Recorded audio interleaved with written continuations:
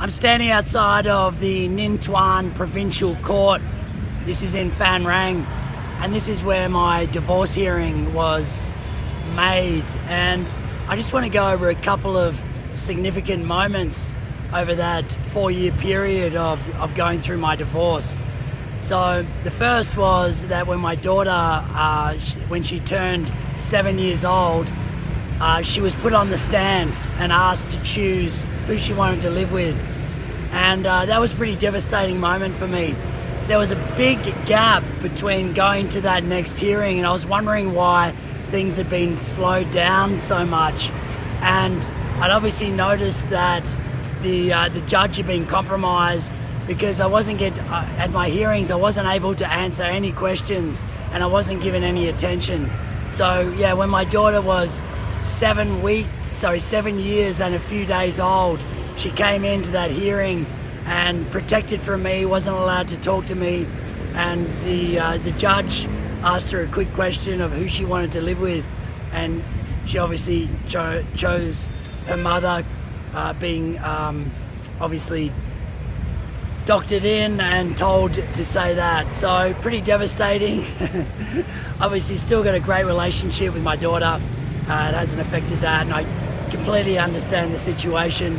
But what do you think about a 7-year-old having to choose who she's going to live with? So that changed the direction of my case in some ways, because I was hoping to get custody of my daughter at the time. She was ready for school, and at that time I was thinking about moving back to Australia and putting her into school there. So that was the first one, and the second one was my decision, my final decision. Coming in that day, obviously, you know, the big courtroom scene and the 3 judges at the top, the representative of the People's Committee sitting on the floor, me, my ex, and our representing lawyers all happening. So that kind of, you know, movie style scene that we think of when we think of a trial.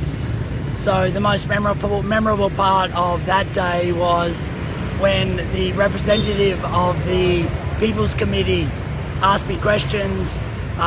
We talked about, am I able to support a family, which I showed documents and proved that, a place to live, obviously. And the funny thing is that she actually lived in my apartment complex, and her recommendation was that I get custody of my son Cody, and as my daughter had chosen to stay with her mum. So that was the recommendation, and things were looking pretty positive at that point until the 3 judges came back from their decision, and the compromised judge obviously gave full custody of both of my children to my ex.